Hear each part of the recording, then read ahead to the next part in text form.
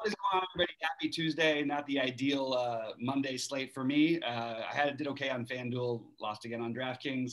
Seems to be the story of my recent weeks, but hopefully you turn it around tonight. Sheets, how did you do? And then let's get into So here's we're gonna be in good shape. We're gonna be in good shape, Bobby, because here's the deal. In the past 4 days, I've won GPPs in 3 separate sports. Love it. I won in Hockey Showdown. I won in NASCAR, and just this morning I won in League of Legends. Okay, so what we're trying to do is I want to win it in every sport. So the good news is when I win it in baseball, then it's going to pay like 20 times the sum of the other 3 that I probably won. Okay, so that's what we got to do. We have to now get that baseball one, which is going to pay 50 times what all the other ones were. I'm motivated. Of course, baseball's a little harder with 15 games as opposed to 2 in LOL and 6 drivers you got to pick in NASCAR, or 6 guys you have to pick in hockey. But we're gonna do it. We're gonna put ourselves in a position to do it at least, and then we'll see what happens. I like it. Sounds good. All right. Well, why don't you call up your screen and we'll go game by game here. And it's a monster slate, so this is probably going to go on for a little while. Even if we sounds good to me. But it's just what happens. So, all right, guys. Reminder: check out Sheets on the sites. Check out all the plays on the site and everything like that. We're still working on some things in the kinks before we go to premium, but we got a lot more interest yesterday asking about that. If anybody wants the Discord link, I'll drop it again in the YouTube chat here. Excited to get that stuff going. Starting off with Atlanta and Pittsburgh for tonight's slate. I have some interest in Ian Anderson, and the interest in this game for me kind of dies after that. I completely understand if people want to go with the Atlanta stack. It's just not what I'm doing. If I'm going to spend up like that, I want the hitting conditions. I want the ultimate spot, not in Pittsburgh, and it's just a big slate. So I find myself not as interested in Atlanta. Obviously, Acuna and Freeman stand out as wonderful plays on their own, but I think we're going to have a lot of other guys who I'm going to play instead. Yeah, for me, the pitching, I'm not quite as into to Ian Anderson. I have him kind of like in a big clump of I'll call them SP3s, like a big clump of guys who are falling just a little bit short of my top 3 plays,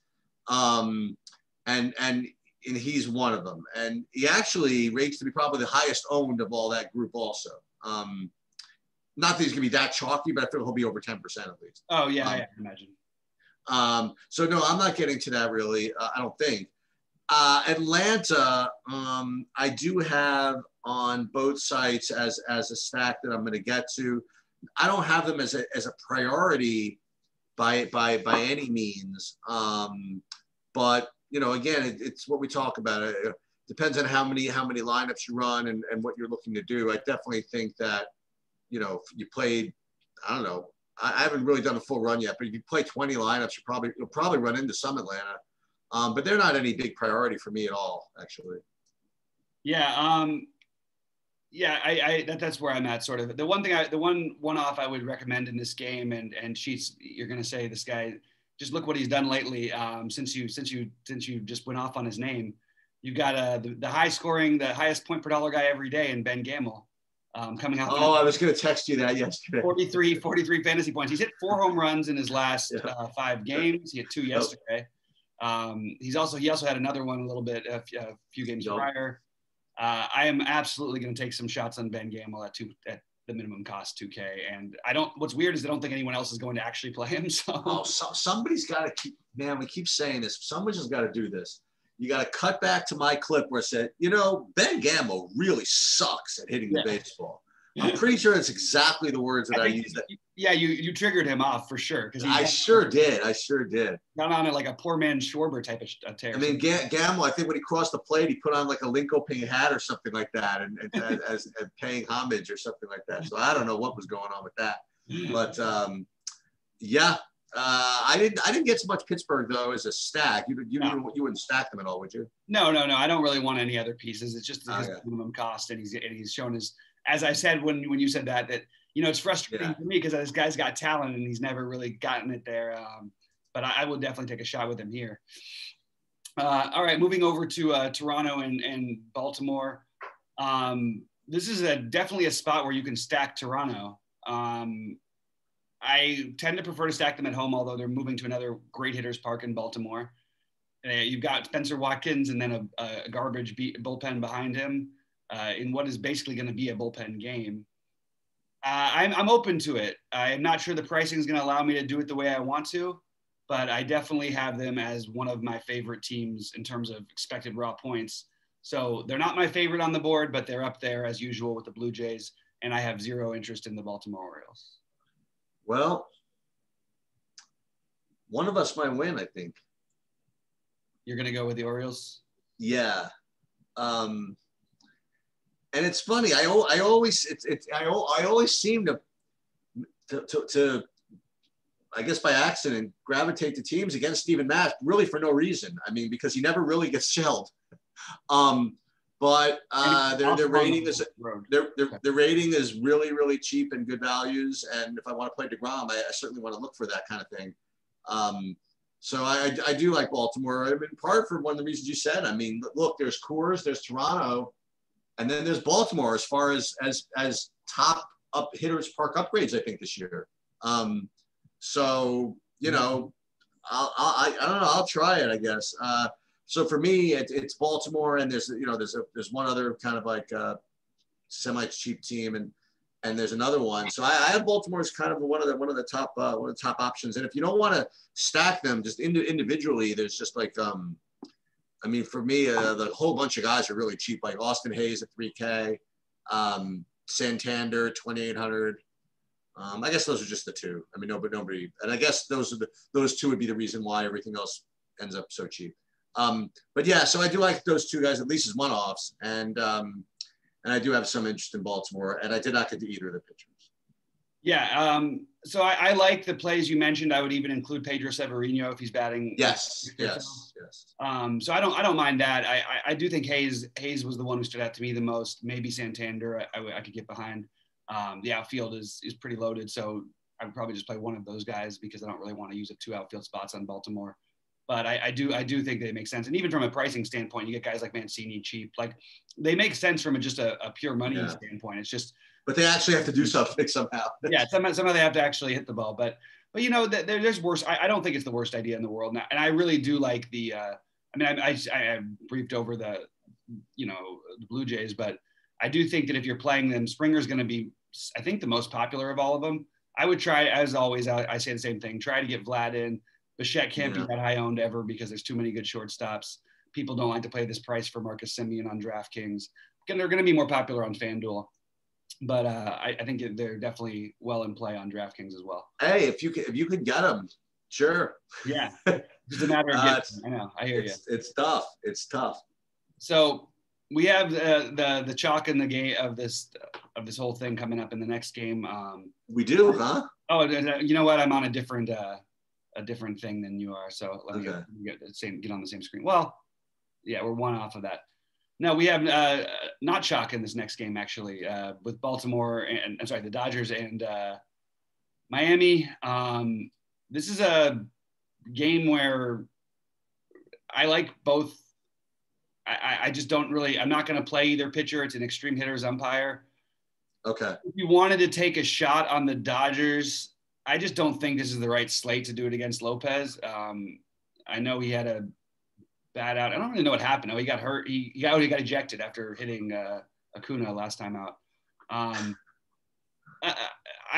think Lopez is a really good pitcher, extreme hitters umpire, and I don't think I'm going to be able to do anything with this game on either side. I just can't find the ways. I guess if there was anything, it'd be Bellinger as a one-off. But again, there's just so many outfielders. So I'm probably leaving this one alone. Yeah, I'm probably going to end up getting to Lopez in like my 20th lineup. You know what I mean? I don't think I'm going to make it a point to play him. But I think that in lineups where I need that type of savings, I'm probably going to get this. I'll be getting to some him. I'll be getting to some other cheapos. And I just think he's going to get in there. I don't have the highest hopes for him. I mean, I never have had high hopes for anybody pitching against the Dodgers, honestly. But he's got the the right ballpark to do it in. He's a good pitcher, and it's possible that he's a good SP2. Again, but certainly nothing that I'm forcing in by any stretch of the imagination. And I didn't quite get to the hitting on either side of this. But as you mentioned, it's always can never fault anybody for playing the Dodgers especially against a righty. So I don't think I'm going to get there. Maybe like I said, maybe the 20th lineup or something. But probably I'm not going to end up doing much in this game. Yeah, if it was if a small slate or something, I would actually say that embrace some of the variants. Think they get Lopez's pitch count up. Maybe somebody hits a bomb off him early or something, and then you can attack this bullpen. But I just can't find a way to do it on this slate. I do think that we're on the verge. If we get Gonsolin to actually start a game and not come in as the long reliever, at some point, I would have had some interest in him here. Well, obviously any other year, but this year. But if he was actually starting and I thought he was going to throw 90 pitches, I would be talking about playing Gonsolin today, even with a bad umpire. Well, here we have the chalk. Jacob deGrom is going to be chalk, and to say that it's not good chalk would be crazy. He's got a 10.5 K prop. That's like unbelievable. You don't see the double-digit K props very often. They don't like to do that. So you're expecting him to get 11 more strikeouts more often than not here. I'm trying to poke holes in it. I really can't say anything except for that we've seen him with a little bit of I don't want to say a leash, but he hasn't pitched as many innings except for the last time out against Atlanta where he got hit early and then just completely dominated. He's the best he's the best pitcher available. If he gets you 24, 25, you're not going to be happy with it. That's my argument for why you wouldn't play him, but he does average like 33 fantasy points per game. So, and that's including bad matchups, and this is not a bad matchup. So I'm very much on deGrom, and I know it's chalky, but that's my natural SP1 and my only pitcher that I really want to play on FanDuel. Anything hitting? I think you can make an argument for some of the Mets. I prefer their lineup has gotten more intact and a lot better. But I think that if you did anything here, you'd want to do it with the problem. I tend to like the lefties a little bit better. And I just can't find who I want to play. Do I want to pay this price for Alonso or Lindor on this slate? If I'm not going to just go up, if I'm playing Alonso, I just feel like I need to find a way to get to Guerrero. Although I do like Alonso here. And if I'm playing Lindor, there's just too many shorts. I just don't know who I'm really wanting to play here. That's why for me, deGrom is clearly the top pitching option. He's going to be in probably all my FanDuel lineups. And the only reason I would keep him out of any of my DraftKings lineups is if I really wanted to pay up for some of these hitters that we talked about, like Toronto's and stuff like that. If you're looking, we'll get to some pivots a little bit later, but he's going to have to have a bad, he's going to have a bad game for any of the pivots to work. And his last game is the perfect example of why guys like this are just tough to fade. He gave up 3 runs in the first inning. Probably I wasn't around, but probably like Twitter was chirping, about, my God, I'm playing deGrom at 70% and blah blah blah. Next thing you know, all that stuff. And the next thing you know, the guy's got 35 freaking fantasy points, like in a tuxedo. You know what I mean? Like it's and the thing is that the reason it's like kind of fantasy 101 when you're a big freaking strikeout pitcher. You can overcome like a lot. Like you can give up 3 runs and score 35 fantasy points. And even yesterday, there was a guy who was it Rich Hill? No, it was somebody who got all these fantasy points. I don't even know how. He gave up runs when everybody had like 9 strikeouts, and the strikeouts just that provides that, I don't want to say floor the wrong way, but floor if in case other shit happens, where you give up home runs, you do other stuff. deGrom, yes, he's a brilliant pitcher and he's the best pitcher in baseball as far as I'm concerned. But aside from him being great, he's also a strikeout pitcher, and that's just big. And so for me, he's going to be in right now probably all my DraftKings lineups and all my FanDuel lineups. Whatever, that's the way it's going to be. Yep.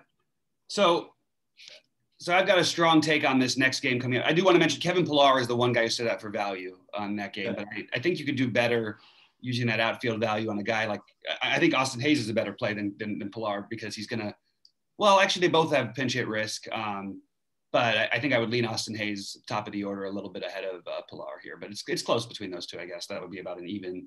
And Santander, same boat. Although Santander is more likely to stay in the game, so maybe he's the better of the three.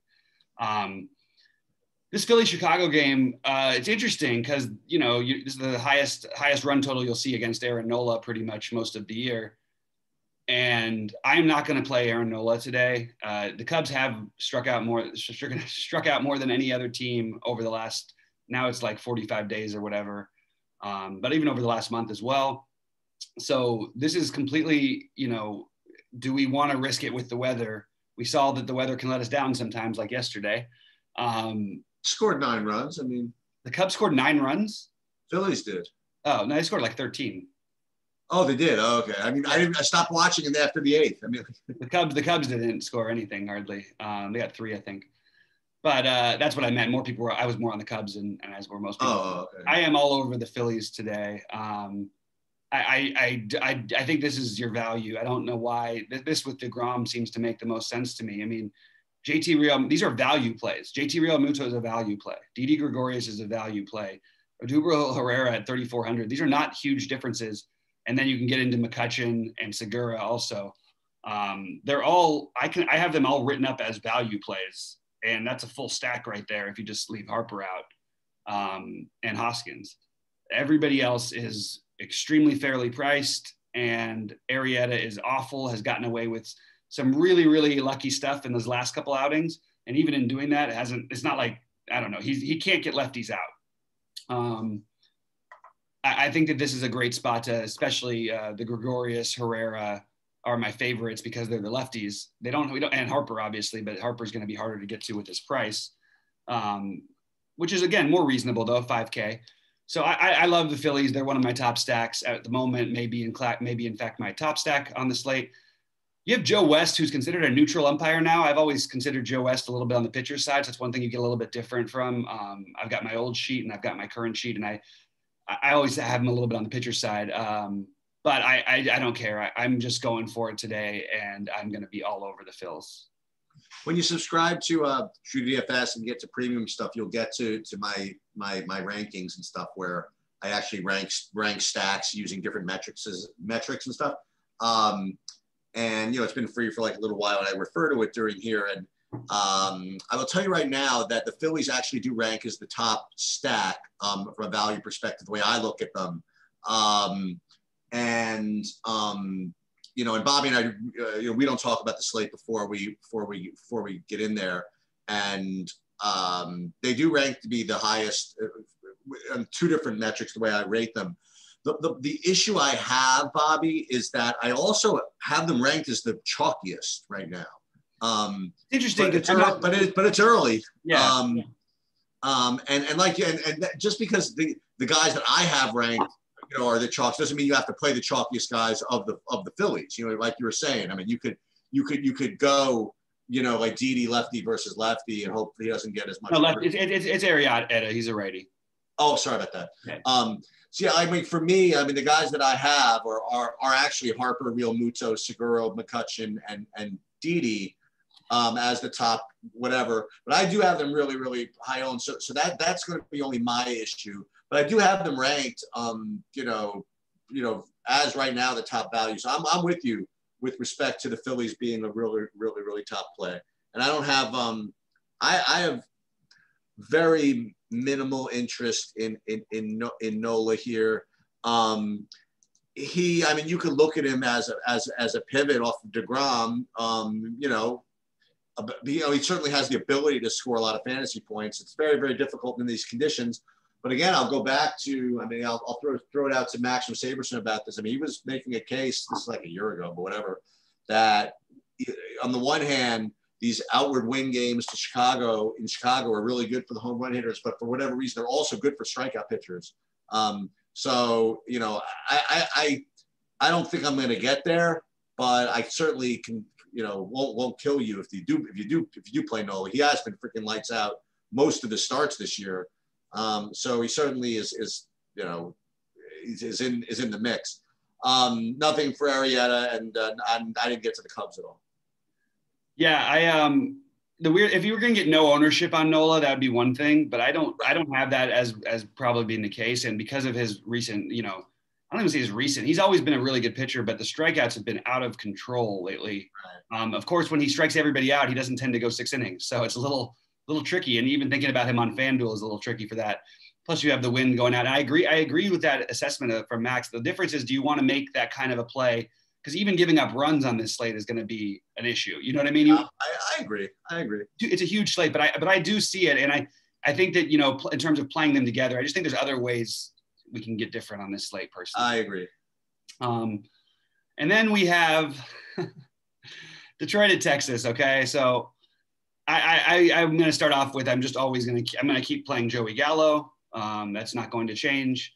The guy hit another one last night. So that makes it eight in the last 8 games. I'm more than happy to play Joey Gallo against a low strikeout ground ball pitcher who he's a fly ball lefty. The thing I just will always point out about Arena when everyone wants to stack is that he's done a pretty good job until 2 of his last 3 starts all year of keeping the ball on the ground. Then he just sort of got rocked. I'm open to taking this Texas stack. It feels so wrong. I mean, maybe if I'll double check. I don't think the roof is going to be open, but if the roof was to be open for any reason, I think we should be playing these guys. Nate Lowe, Joey Gallo at the top of the list, but then you get the cheap Eli White as another good value play. 2.8, you could include him in the stack. David Dahl at 2.3, who hasn't done anything since, as Sheets would say, since the Eisenhower administration. But he's 2.3 and just has too much power to be totally ignored. You could always throw in Garcia. So against Urena and an awful bullpen behind him. And again, last night, they got dominated by the starter, but they got to the bullpen a little bit, the Texas, to save me on a couple lineups, or at least Gallo got to him. I'm open to the stack. I just don't think – I think I'm looking at it more as a mini stack, maybe a Joey Gallo. And then Jonah Heim as catcher at 2.5 is an excellent value. So – I think you can get a nice 3 or 4 man in here to complement your other 4 or 5 man, but I don't think they should be your primary stack on most of your lineups, just because they don't really go off like that, and it's not a part conducive to general power. Although Joey Gallo has enough general power for that to be enough, so he's a preferred play for me today. I would have him higher than Harper as a one-on-one, factoring everything. They're pretty close actually between Gallo and Harper for me. But I do think that getting some of this stacked together, just make sure if you're going to include Eli White and Jonah Heim, don't play Brock Holt. You know what I mean? If you're going to stack it, don't play Nick Solak at the bottom of the lineup, unless he was moved up. Don't probably play Kiner Falefa. You probably want to play Gallo, Garcia, White, Heim, and Dahl. I'm only going through this so much because I really did think about this one quite a bit today. And I will not be playing Dunning as a pitcher. I just want upside on these slates. And last night, as an example, it didn't quite work out for Minor. And then you got the blow up inning from what's it called late. I had Minor in about 25% or 30% of my lineups. I had 20% or 15% of the lefty Freed. And these guys were cruising along, and then it just about any, and then Rich Hill 15 or 20%. So all of my guys who were looking like they were, why didn't I have more of them? They just didn't quite get there. I just don't think that Dunning has the kind of upside I really want at 7,400. However, if he did have the upside, it would be in this particular matchup. So I don't think I'm going to do it, but maybe you can talk me into it a little bit. Yeah, so I have Texas as my 4th rated value. I actually have them getting some ownership as well, by the way. They will, yeah.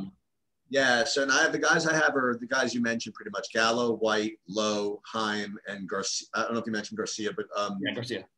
But Garcia, and they're gonna be they're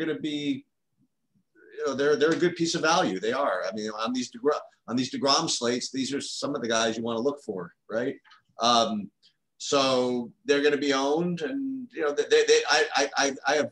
I like Baltimore better. You know what I mean? Especially given ownership. Mm-hmm. But I definitely think Texas is one of them. I actually think I like a team better than both of them, which as well.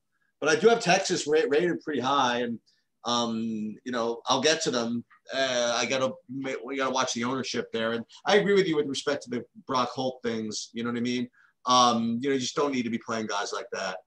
And when we see guys like that, guys that are like cheap, that that fit in stacks, but they're just not going to contribute. They'll walk, right? If they have a really good game, they'll get a double. But yeah, I don't need to play that. And with respect to Dunning, like he's not like it's weird. Like I'll play Dunning against like the Dodgers. You know what I mean? Like I'll play Dunning against like a really good team, and against like Detroit, I don't think he like gains that much. You know what I mean? Like he's gonna keep the ball on the ground. He's gonna do whatever. He's probably gonna do okay, but he's not gonna break the slate. Like I don't think. So I don't need to play him in this spot. I'd rather play him when no one's gonna play him in a tougher matchup, sort of. So maybe that's a weird way of looking at it. But that's the kind of thing yeah, he's also usually 5. I'll have him in those other matches. He's usually like 5.6 or something like that. In this one, he's 7.4. It's just a little bit. That too. Yeah, that too. So yeah, I don't think I'll get it. He's rated as one of these guys, right? And this is going to be one I might. It depends what I do. Like if I run something and I get like one lineup with him, I'll probably leave him in just for spite. But if I was going to just, make lineups myself, I don't think I would play him. Yeah. That's sort of where I'm at. Again, he does have a 5.5 K prop at 7.4. That's a pretty reasonable K prop. Just throwing that out. Yeah, that's interesting. I'd probably go the under on that one. Yeah, I was a little surprised it was as high as it was because we get to this next game and you have a guy who's supposed to be chalky. We'll see how that really ends up in Framber Valdez. Yeah, I don't know about that. Yeah, I don't know either.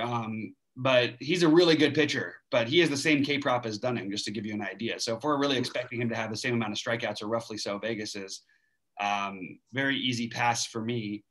Having said that, just from a pure matchup standpoint, I actually think he does profile pretty well against these guys in Oakland, but I'm most likely just going to completely ignore, and Chris Bassett is a very solid pitcher.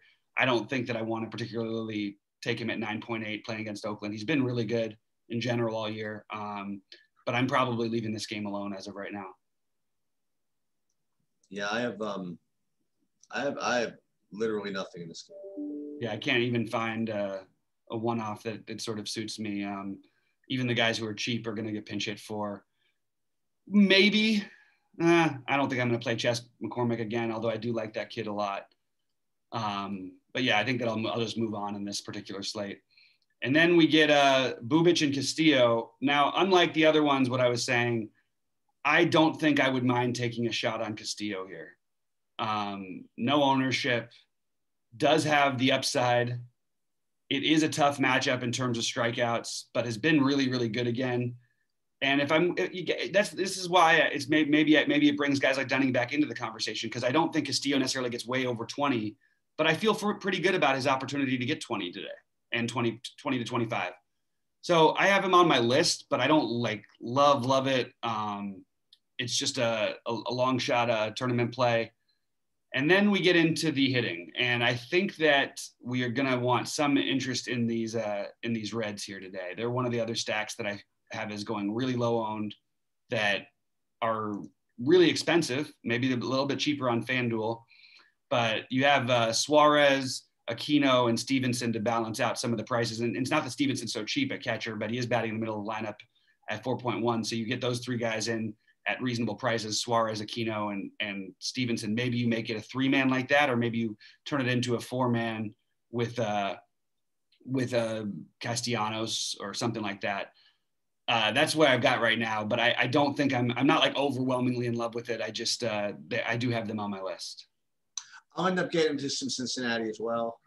I guess all the names that you mentioned, I don't know if you got to India, I would throw him into the. We'll see if he played. He was a late scratch yesterday. Yeah, I know. Throw him into the pile. If you end up with Farmer, throw him into the pile. You know, whatever. I do like the Reds. As you know, you'll get them at low ownership. You know, and they're one of the ones that they're gonna profile well on my new little plaything thing here, where I'm trying to rank guys by both chances and leverage and stuff. So Cincinnati's going to be a team that kind of, you know, fits that type of mold a little bit. Yep. Castillo for me is similar to you know, some of those other 8,500, like Ian Anderson, you know, who else? Barrios. I mean, I think all these guys have shots. I do think though that you underestimate or you're underselling Castillo's ability to put up a really, really good score. You know, I think he could put up like a 30. You know what I mean? Like if he does, I know he has that in him. You know, and I know you say that like we talk about somehow Kansas City just kind of you know sometimes like goes after. I think that's good for Castillo. You know what I mean? Like, I don't know if I'm going to get to him. I might end up talking myself into it though, because the difference between like I'm looking at these other guys like Barrios. I'm just looking at him. Eovaldi. I'm looking at other guys in that same price range. Wainwright, whatever. I mean, Castillo could blast, man. He could. Will he? Probably not, but he certainly could. He certainly has that in him. So I'll throw him in the mix. He's the one that I probably wouldn't get to if I just ran my stuff. I might actually like force a guy like that in, like if I don't have any of him, but I have like too much of Valdez for whatever reason. You know, I might end up forcing in Castillo a little bit. So I guess that's my take from this. I will get some Cincinnati probably, if not automatically, kind of by force. And I probably won't get to Castillo, but I might force him just because I know that I know he does have a ceiling still, you know, where some of these other guys, I'm just not sure. He hasn't really shown it this year, but we know he's got it. That's for sure. This next game is pretty bad weather-wise. I'm just going to take a quick updated look at the weather and see if I can tell, well, just so we get an idea, because there's some games that have some concerns. This game seems to have pretty significant concerns. Oh, is that right? Yeah. This I would consider a very risky one. Well, that's a shame because this is like legitimately one of the. I mean, this is probably the pivot, right? I mean, like if you're gonna attempt to outscore DeGrom, I mean, you certainly want to play Rodon, no? I would think so, yeah. Especially with the nature of the way that the lineup's shaken out these days for Minnesota. Yeah, more lefties, but I don't feel the need that I need to play Rodon at 10.3 over 11.5 DeGrom. I think that I more likely would try to find a way to play both of them if I was going to go with that kind of build. Yeah. But I'm okay especially if he's supposed to be chalky, to sort of overlook it. He does have an 8.5 K prop where Barrios has a 5.5. Barrios, another guy I believe in as a real pitcher, and assuming this game did play, I would actually. I don't know. I don't think I could have any interest. He literally just pitched 5 innings against this team and had zero strikeouts. I'm probably going to leave this one alone as well. It's not all that exciting. I think both pitchers are solid enough, and I would lean Rodon over Barrios, but I don't think that I'm going to end up getting too much of that, even if the weather clears up. Yeah, but I was just saying, I don't know if I'm in a big hurry to play Rodon over DeGrom. I'm just saying that it would be nice if at least you had the option. You know what I mean? Sure. If it rains, then it becomes then you know what ends up happening. Then probably Nola gets more ownership. Actually, I think DeGrom actually ends up more like 60-70% owned in the big buy and stuff. Anyway, I thought it'd be like that anyway. I think it'll be like 40 to people try to find ways not to. Maybe not. Maybe around 50 is where I have it right now, actually. Yeah. But yeah, I mean, and then with all that said, I don't think we need to take any hitters in this game. But if you did, if the weather was good, and again, you really would want to make sure because you'd be taking one off. I don't think you'd be stacking this game. I think you'd be playing Brian Goodwin or Adam Eaton or somebody like that. I don't mind Larnage as long as he's in the same spot in the lefty. I keep saying this kid is going to be the real deal, and he's starting to prove me a little bit right. Double-digit fantasy points his last 4 games. And no one ever plays him even in a great spot, so they're certainly not going to play him here. But I don't really want to get heavily involved in this game. The pitchers are a little too good. Is Ohtani pitching for the Angels? He's supposed to be. Yeah, he's breaking my model, and the reason why it's because of FanDuel. So I don't know. FanDuel didn't have him listed as pitching today or something. Yeah, but they have him at like 4,500. So because that's what he would be if he was hitting. So when I first did my Angels, my run here on FanDuel, I'm getting like Ohtani with like the most ridiculous like projection relative to his price because I was getting the $4,300 FanDuel price tag or something like that. So I don't know. Weird. Yeah, so FanDuel hasn't. I think they took him off the board and they're going to reprice him. I don't know what they're going to do with that. So the last time he pitched, they messed up until like middle of the day. They had him only not as a pitcher, but they still had the projection points. I saw the same thing from a guy who That's so funny. Greg out there, you know you are, Greg. Another good DFS mind. But I would say that Ohtani would be the natural, one of my natural SP2s here. Like you have a 7K prop for him. He's coming off a terrible outing at Yankee Stadium, gets to pitch back at home. You've got a Red Sox lineup that's very good, but again, it's a little different when you take them outside of Boston, although they've hit the other guys pretty well, even since they left. But I'll take Ohtani. I'll take some shots on Ohtani here. I'm looking for strikeouts anyway.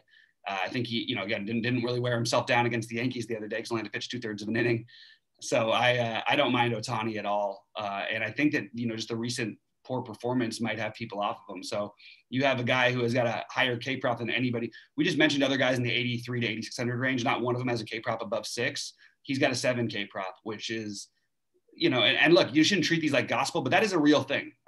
Vegas has been doing this a long time and they're pretty good at it. So I will take the strikeout upside of Ohtani as one of my top guys right now. In fact, as of the guys we've talked about, other than DeGrom, he's the one I actually feel the most comfortable with, even though I don't feel totally comfortable with him either, if that makes sense. Well, let me just, again, for those of you that have access to my stuff, you'll see what I'm looking at here. But with all my talk about that with FanDuel on DraftKings, so I have DeGrom as like clearly like the best pitcher. The way I'm looking at it, I actually have Ohtani as kind of like a lock for SP2. I mean, like I have, as much as I have DeGrom like over Ohtani, I actually have Ohtani that much over the next guy. And I'm just kind of waiting for things to change where, throughout the course of the day where that's going to change. But like, if it was like right now, I'd be looking at a guy who would be in almost every lineup of mine and someone who I have right now at less than 10% ownership. So those things can't jive the whole day. You know what I mean? Like you just not, it's not going to work. Right. So either the projection's wrong or the ownership's wrong. You know what I mean? Like something's wrong. But like for now, I have Ohtani is clearly my SP2. I have if I right now were hand building and I just knew nothing but what I was staring at my sheets, it would just be DeGrom, Ohtani, locked, and then everybody else would be just whatever. So I'll take another look at it a little bit later. But that's raw, man. I'm just basically all over Ohtani at this particular moment. Yeah, that's what I've got as well. Okay, there it is. Yeah. Colorado to Arizona. This is a spot where I normally would try to make my attack Merrill Kelly. I'm not going to do it with a Rockies offense that averages 2.6 runs on the game on the road. I don't even understand these numbers are going to have to balance out one way or another for them because it makes no sense to be where they are. The interesting thing is I think you're going to get a lot of ownership on a lot of Arizona bats, and maybe that's okay. But John Gray, I would say he's away from Coors. He doesn't have a high K prop. I don't think I'll end up using John Gray. I think maybe he's right in the Dunning category, sort of, in terms of what I expect from them. But I do think it's weird that people are going to be all over Arizona. I understand the pricing is ridiculous. Okay, so you can get David Peralta for 2.6. You can get Cabrera for 2.6. You can get Josh Rojas, who we both like in general, and you can use him at outfield or shortstop. He's 3.3. All of those guys are make sense on their own as value plays to me. To try to play a stack of Arizona against Gray on the road here with the roof closed, it doesn't feel like an optimal way to treat this slate. But I will be filtering in these guys as some potential value with Rojas, Peralta, and Cabrera. Yeah, this is one of the things that I was struggling with because I have Arizona ranked as like the second best value. That's what everybody does because they're all under. Yeah. Right. And then like when I first looked at it, I had their ownership somewhat tame, not all that much, but I think that hearing what you're saying that like these guys are just too cheap and people are ever going to play them. I think that, like you said, I think the ownership is going to be much higher than I'm giving it credit for, in which case I'm going to probably have to fade it a little bit, you know? Well, I would say that later in the day, I expect that ownership to drop. We've seen this a lot early in the days. Like, for example, Larnach yesterday was projected to be, I think, 15% owned, 20% owned throughout most of the day. By the time it actually came down to right before lock, they had him down more like 12%, and then he ended up like 2% owned or 3% owned. So these values, when there are other values and other lineups that people like, they tend to just switch off of them. So if they are going to be, in fact, low owned, I still don't like it as a stack, but I don't mind, you know, maybe you could play two of them, but I don't mind Peralta, Cabrera, and Rojas. Oddly, Cabrera and Rojas might make more sense just because they save you at positions where you don't have to use an outfield spot, and there's a lot of good value even at outfield. So, yeah, that's pretty much all I really had in this game. Nothing. Nothing from Colorado. You could play all like you said, you could play Josh Rojas at either position, whichever one suits the rest of your build, shortstop or outfield. I didn't even realize Josh Reddick was traded. I thought he was still on the Astros. So he's on Arizona. These guys are just, like I said, these guys are really, really cheap. But you know what? That's probably gonna make. I'm gonna be doing this, aren't I? I'm gonna be playing these Baltimore's. No, I think because of these Arizona price, I don't think these Baltimore guys are gonna get played. We'll see what happens. But yeah, I do have them ranked pretty high. So we'll have to see where ownership kind of comes in, and I'll just be, again, for those of you that are going to be premium subscribers or whatever, I am going to attempt to do as late of an ownership update as possible, yet still provide enough time to peruse over it, So I'm looking at hopefully like an hour maybe before post time, which is usually right before we go on live. Right. I'll put the last run up there because it's tough. You want a sweet spot. You want to be able to get as much update as possible, as close to as possible. Yet at the same time, you want to be able to stew over it and figure out what to do with it. So this is gonna be one of those ownership stacks that I have to keep an eye on. And with respect to the pitching, I did not get to either one. Yep. You're still in Arizona? Yeah, that was all I had. Oh, San Francisco, St. Louis? Yeah, go for it. I don't think that playing either of these pitchers is a giant mistake. I don't look at know that. if I can bring myself to do it. It is interesting when you just compare Wainwright's just numbers overall. Why would we, play Ohtani over him if, you've got a guy who's put up 27, 20, 38, 25, 18, 18, 30.8 in there in the last 10 starts. He's had some really big outings, and I don't like picking on the Giants terribly, but you have one of the lower run totals. They both only have 4.5K props, both pitchers.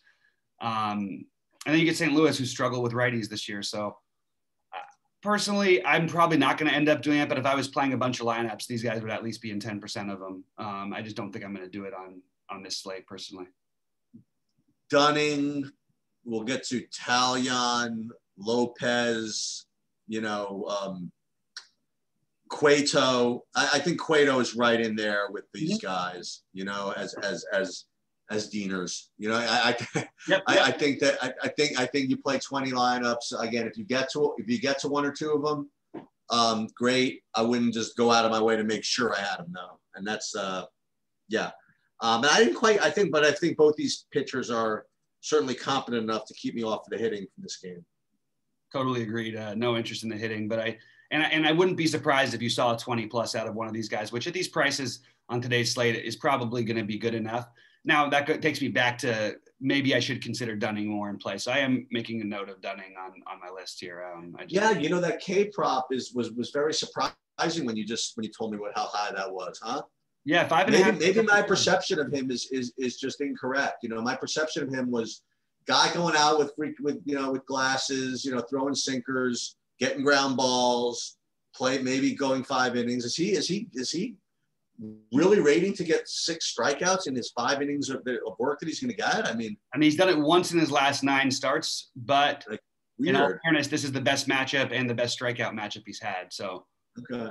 And he's been right around there. So I get it. It's just, I was a little surprised. Look, it doesn't sound like much to the average person out there, 4.5 versus 5.5, But 5.5 means you have a chance for 7, where 4.5 feels like you might get 6. Like, I don't know, it sounds crazy, but that extra 5.5. Well, the thing 5.5 means that this is heavy duty math. If you play under, if you bet over on 5.5 and he gets 5, you lose. Right. And that's what he's getting. I mean, I don't know. I don't think he's getting 6 is tough. 6 is tough. Yeah. I don't know. All right. This is going to take me to another game that I'm going to be pretty heavy on from the back to the Padres, huh? Yeah, I know that I don't even know what they ended up scoring last night. I know that a couple of it was like 4 or 5, something. It wasn't like huge, but like a Tatis hit a home run. Cronenworth hit more than a home run. He didn't hit a home run, but he had more fantasy points. I had some guys who did well. That's what I like partially. That's why I like the Padres offense in general, the power. Right now we have Jeffrey Rodriguez projected as the starter, as the opener. I don't really know what they're going to do, but I don't mind picking on Washington's bullpen in general. And I want to see who the starting pitcher is before I completely just say, hey, I'm going to stack San Diego and hope that we get a good pitcher in there to stack against. I just think here's another unowned team that is probably, especially on DraftKings, but not so much on FanDuel. You get like Will Myers on FanDuel at 2.3. Some of these other guys are a little bit more, it's easier to squeeze people in. So I could see it being easier to get to on FanDuel possibly, but I do have San Diego as another team that is that's on my list. I just want to know who's pitching before I fully commit, which I'll know by tonight's show, obviously. Yeah, I have San Diego as a team like the Braves, like the Yankees, which we'll get to, like Cincinnati, guys that might be a little expensive, but if you can get there, I think it's I think they're expensive enough where it's going to be tough to get to them, right? So they'll be a little bit lower owned, maybe. Right. So yeah, I'm into that. I'm not, and I'm certainly not into either of the pitchers here or pitching options. Yep. Man, Tatis, he puts up a number every night. Yep. But yeah, I think that if you're doing it, Tatis, Grisham, Myers, maybe Machado, but he's a little bit expensive on DraftKings. Those would be my favorites, though. And Pham, Myers, Grisham, and Tatis. What's the I'm gonna hit to put you on the spot because I don't know you were looking at it right away, but what's the K prop for Talion to compare it to like Dunning? I haven't. Let's just get to that game when we get to it in a minute. Oh, it's the next game. No, the next game is Cleveland Tampa. Oh, we eliminated Cleveland Tampa Bay. That's right. Yeah. Sorry, Cleveland Tampa Bay. Yeah. Tyon, I have at 5.5 also. I think he's probably the most logical and probably the guy I'll end up going with in that range the most. Okay. Just because it's a Seattle team. If you go through every pitcher I just did and look at their game logs, you'll see all of them with this outlet. Like, oh, why did this guy strike out? Why did he strike out 10 guys? Oh, it was Seattle. Having said that, Tyon has not been like good. He sucked. He's been pretty bad. But he's also been pitching games at home against low strikeout teams. I could see him having a really strong performance here. So I don't mind Tyon at all. And as of right now, I have him, without knowing the umpire data or anything, I think I have him a little bit ahead of the other guys we mentioned, the 7K range, still a little below Ohtani in the 8,300 at the 8,300 tag. And I'm iffy on what we can do here with the Yankees. I obviously am not going to play Sheffield. Now, the Yankees make some sense for sure. But it is a huge park downgrade. The guys you want, Sanchez, Stanton, and Judge, are expensive, but they're not crazy expensive. Nope. So Stanton stands out to me. Judge is reasonable. Those would be the ones I really want. I'd be playing for the power upside. And then Sanchez is probably the top, upside catcher on the slate, but I don't think I'm going to end up getting there at 5,100 realistically. Yeah, as I mentioned, I think the Yankees are similar to Braves, San Diego, Cincy. They're expensive, but I mean, I wouldn't argue if I got to Yankees. Yeah, it's definitely they're always parked downgrade pretty much when they leave Yankee Stadium, I suppose. This is the big one though. But this is a significant one. But I don't know if it's going to affect Judge and Stanton all that much. You know, I don't know. These guys swing the bat 1,000 miles an hour. I think they should be okay. Talion for me it's just, you know, I actually can't separate those guys between Talion, Dunning, Lopez, the guys I mentioned, Lopez, Cueto. I think they're all fine. I think the Talion might get more ownership just because he's against Seattle. Maybe not though. Who knows? Mm-hmm. I don't like anything from Seattle, and that's pretty much it. Yeah, Seattle has some, like, if Jake Bauers, depending on where he ends up in the lineup, is 2.1K. So he's on my value list. Got a pretty long value list today, so I don't feel too worried about getting in some of the things I want. I agree about the Judge and Stanton and Sanchez, especially in terms of the power not really making a difference. And you have a pitcher that we know can get rocked in Sheffield. But I just think there are better hitting spots on the slate. So I put the Yankees in as a mini, if any, stack, but it would just be mainly be the outfielders, unfortunately, which take up the outfield spots, or Sanchez, who does stand out as being the best catcher, but is best upside catcher, but along with Real Muto, but he's a little expensive. So you do have a guy in Sheffield who gives up a ton of power. So I wouldn't mind trying to get some exposure to a Yankee or two. You want to do a quick recap, or do you have anything else on the Yankees? Yeah. No, that's cool. So what I'll do is I'll do a recap of stacks, pitchers, and one-offs, and then you can do the same. So for me, it's right now it's DeGrom and Ohtani is kind of clear standouts, and then whole bunch of stuff. You know, you could play Nola or Rodon is very, very speculative. I don't speculative, but very low probability pivots. And then I have all those other 7,400 guys, very similar, which we mentioned. With respect to stacks, Baltimore, Philly, Zona, Toronto, Texas, and then Cincinnati, who I mentioned before. A couple of one-offs who, most of them we mentioned already, like Hayes, Peralta, Santander. But I want to, one of the guys, Victor Robles, is 2K for Washington. But something that Bobby mentioned, he mentioned kind of offhandedly, but it's something that you got to, it's really important. Like two of the my top quote unquote value guys are Harper and Real Muto, like from the Philly game. And he referred to like guys that as value plays. And just because they're not 2K doesn't mean they're not value plays, doesn't mean they're not one-offs. So I like the two of those guys a lot. Yeah, so I've got just my stacks. My top stacks are Phillies, Toronto, which I will try to do together because the pricing and everything kind of works out, and then the positions. Texas as a mini stack, Cincinnati, San Diego, and the Yankees I all have as somewhat just a question mark. Those are the next ones I'd get to. But it's interesting that I usually like more stacks on these slates, and I don't have as many that I'm totally in love with. So I do have a lot of my favorite spend up plays are Harper, Gallo, Stanton, and Judge. And again, I don't think I'm going to get to enough of Stanton and Judge just because of the pricing and it doesn't fit with my stacks. But then the value, we've got Cabrera, Peralta, Rojas, Jonah Heim, Ben Gamel, Ryan Zimmerman, who we didn't mention, is 2.1K and should be batting cleanup today against Weathers. Always a pinch hit risk, but just throwing that out there. Real Muto, Didi, Herrera, Eli White, and David Dahl, sort of fitting into my stacks that way. So you can see that partly my stacks are also built on the fact that I do want to spend up for DeGrom for the most part. Yeah. So here's an interesting little thing before we leave about ownership projections, and if you wanted to take a shot at trying to figure out like who's going to be high owned, who's not going to be high owned. One kind of